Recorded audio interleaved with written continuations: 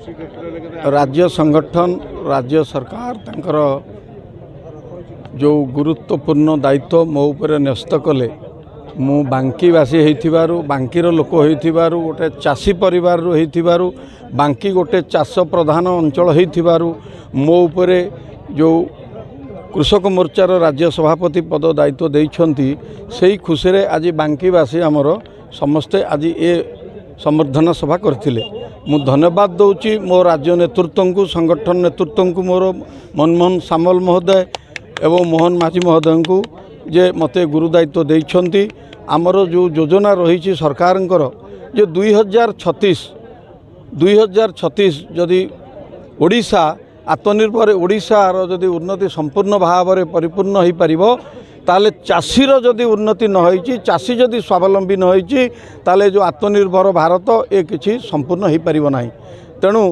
ये जो कार्यक्रम को बड़ गुरु दायित्व देइछंती एथरे सारा ओडिशा जाई चाषी मानक पई सरकारंकर जो जनकल्याण योजना जो गरीब कल्याण योजना चाषी कल्याण योजना ए सबु नै कि चाषी पाखे पहुँचेबे। आपण देखुथिबे बहु योजना होइची किंतु चाषी मानक पाखे पहुँची पारुनी। आमर दायित्व वर्तमान आमर समस्त युव चाषी वर्तमान बहु चाषी अच्छा समस्त को आम अनुप्राणित करुचु सरकार योजना को लेकिन चाषी मानक पहुँचाओ चाषी को सचेतन कर चाषी से सुविधा नौ जदि चाषी उन्नति न हो चाषर उन्नति हेनी चाषर उन्नति ना भारतर ओडिशार आम बांकीर उन्नति आम आशा करें ना। तेणु ए गुरु दायित्व नहीं माँ चर्चिका आशीर्वाद नहीं आज ये कार्यक्रम कही ओडिशार प्रथम कृषि बजार बांकी जेहेतु बांकी निर्वाचन मंडलीर शुभ्रांशु मोहन पाढ़ी को राज्य बीजेपी सभापति दायित्व देइछंती से मु सर्वप्रथमे आमर राज्य यशस्वी सभापति मनमोहन सामल को अशेष धन्यवाद जनवा सहित ओडिशार मुख्यमंत्री मोहन माझी भारत वर्षर प्रधानमंत्री नरेंद्र मोदी को धन्यवाद जनाऊँगी। आज बांकी बहुत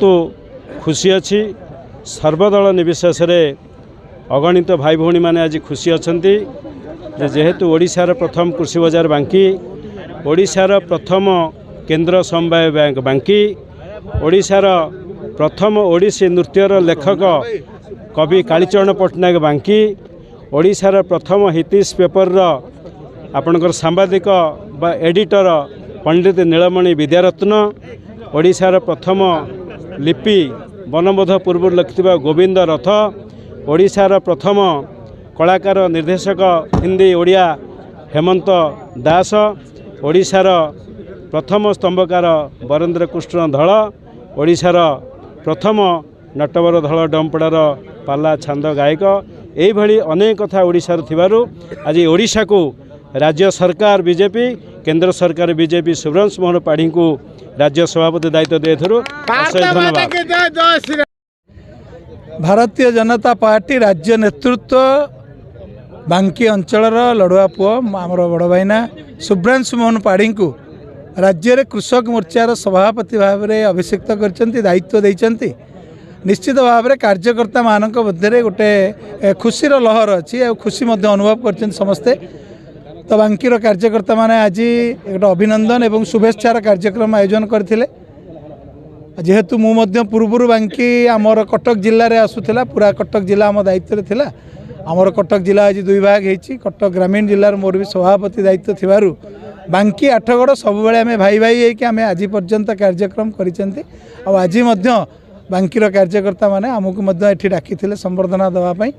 आ विशेष भाव में बांकीर नेतृत्व एवं सारा राज्य रे आज पहुँची ये आम गोटे गर्वर विषय एवं शुभ्रांशु भाईनांकर माध्यम रे आमर राज्य सरकार एवं केंद्र सरकार जो कृषक मानक पई जो जनकल्याण योजना करिसेंती सेथिपई मोर विश्वास राज्यर नेतृत्व जो आशा रखी जो आकांक्षा रखी संजय भाईना को दायित्व देइचंती तो से चाषी मानकर समस्या समाधान करबा पई निश्चित भाव में आम सरकार उपकृत हेबे एवं संजय भाईनांकर नेतृत्व में चाषी मानकर समस्या समाधान हबो ए विश्वास मोर मध्य रही।